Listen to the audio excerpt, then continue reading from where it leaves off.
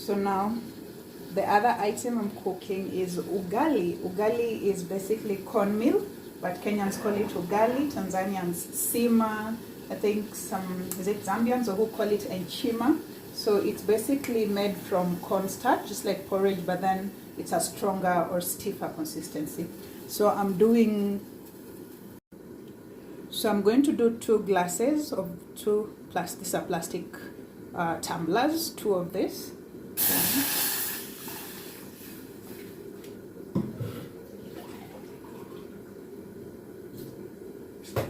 And then the second one is here. Okay, so I'm doing 2 because I'm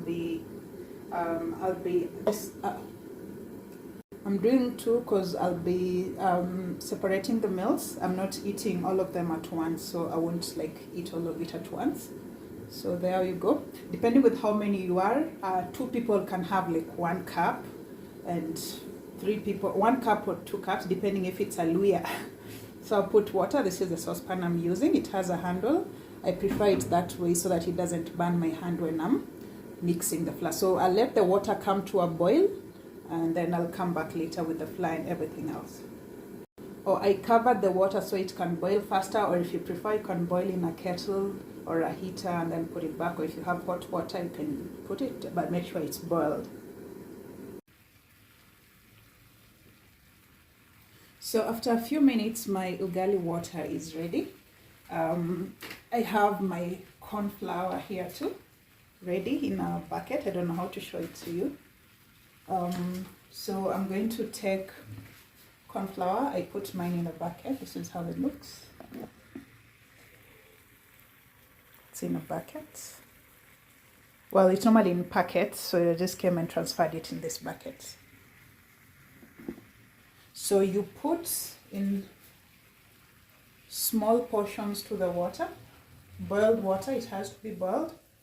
So you can put 1, 2.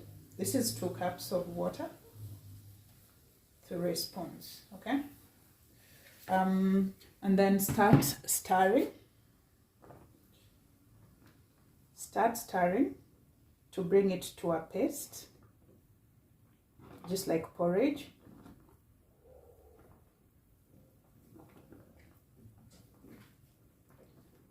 Continue stirring until all this flour just dissolves into the water and becomes like a porridge paste. So that's what I'll continue doing. Be careful because these bubbles can jump on your skin and burn you.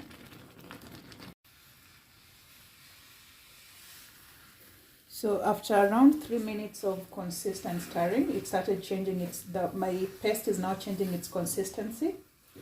So this is basically cornmeal mixed with hot water. Now the consistency is changing.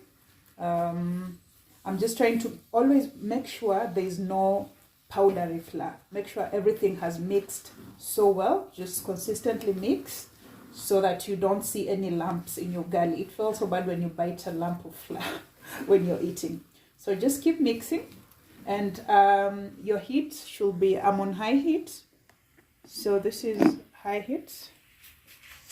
Should be high heat. That's how my pan is covered. And I am using a wooden stick called mwiko in Kenya.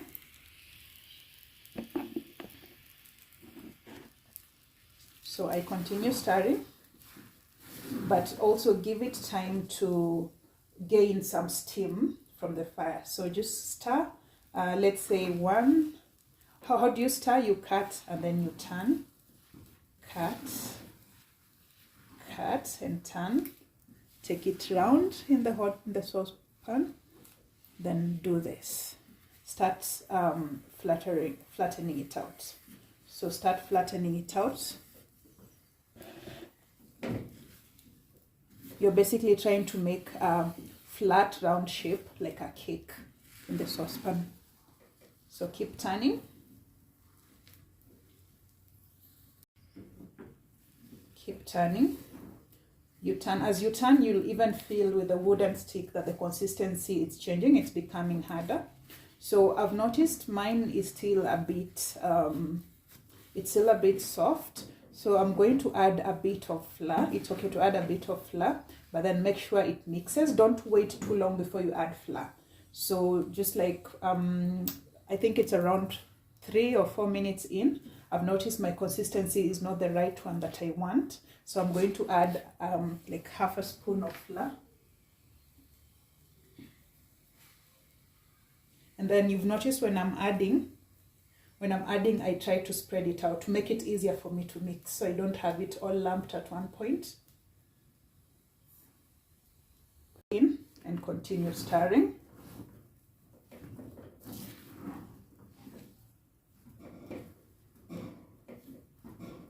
So it starts looking like, when it becomes harder, it looks like you put a lot of flour, but you really haven't.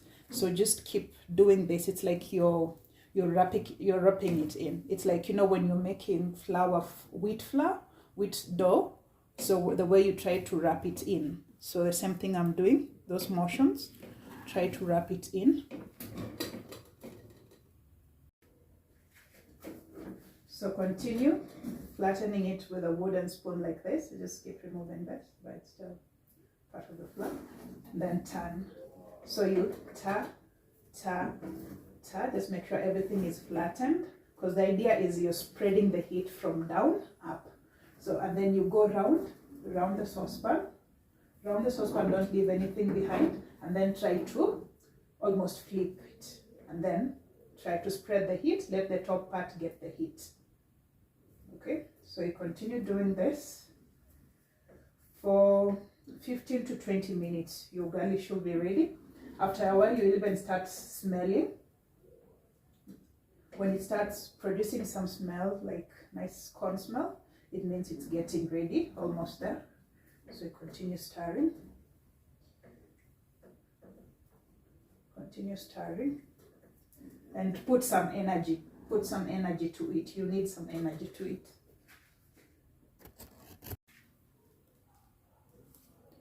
So continue stirring your ugali, but I'm still leaving it at intervals to make sure the steam rises up. I'm allowing for space. Actually, a trick, you can do this. You can cut it in the middle with a wooden spoon like that, so that the steam can pass through these spaces. The idea is it's cooked using steam. So continue doing this. It's not advisable to reduce the heat when you're cooking your ugali, because if you do that, some parts might not cook properly. So it's good to maintain it at a certain heat, but sometimes you can lower if you just want it to steam. But when you start turning again, increase the heat. So I'm just going to continue doing the same thing round, and then flatten. This is just burnt ugali. It's okay. Okay, it's still bouncing back, but it's fine. It's just burnt ugali. Continue turning.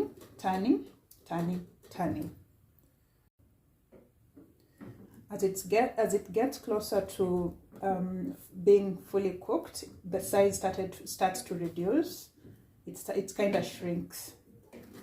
So if you thought that 2 cups were a lot, it's actually not much.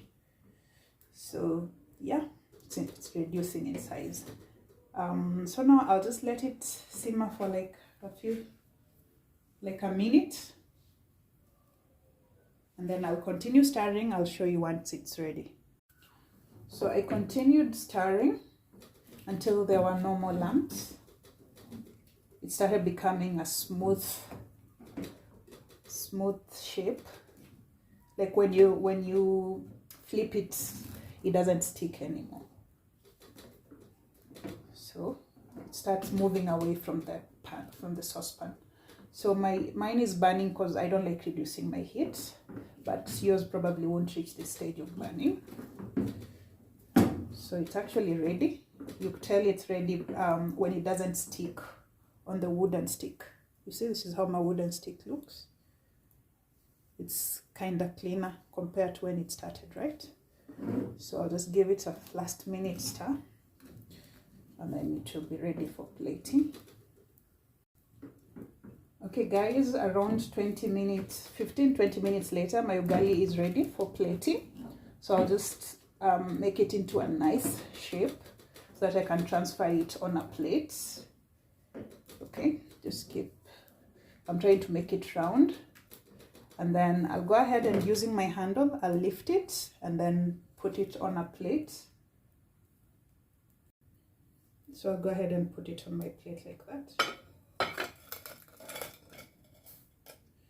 Okay, it's ready. You can leave it this to help it shape, but you can just remove it for now. Ugali is ready. Just put away this saucepan. And then before it cools down, try to use the wooden stick you are using to shape it. Sorry, this is from the burnt part. I'll just clean it up, don't worry. So try to shape it into something round. In Kenya, we normally shape it like that. Round. Just get a beautiful round shape. Some people normally put this in some water and then they turn round so that it can become nicely round for presentability. Okay. So I'll clean up my plate, don't worry. And then take a bread knife and then cut it into different portions. Okay, you can cut it into quarters or whichever shapes you prefer. So the ugali can be eaten with vegetables, any protein, beef, fish, anything. I'll show you what I'll be eating mine with. Okay, so after all that effort, everything is ready. This is the ugali.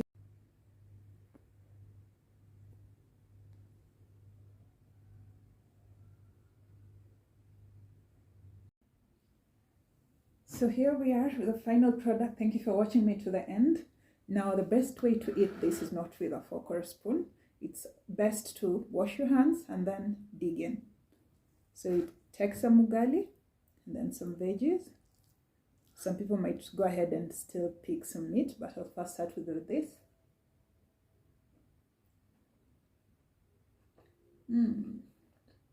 Yummy. And then you can go in with the beef.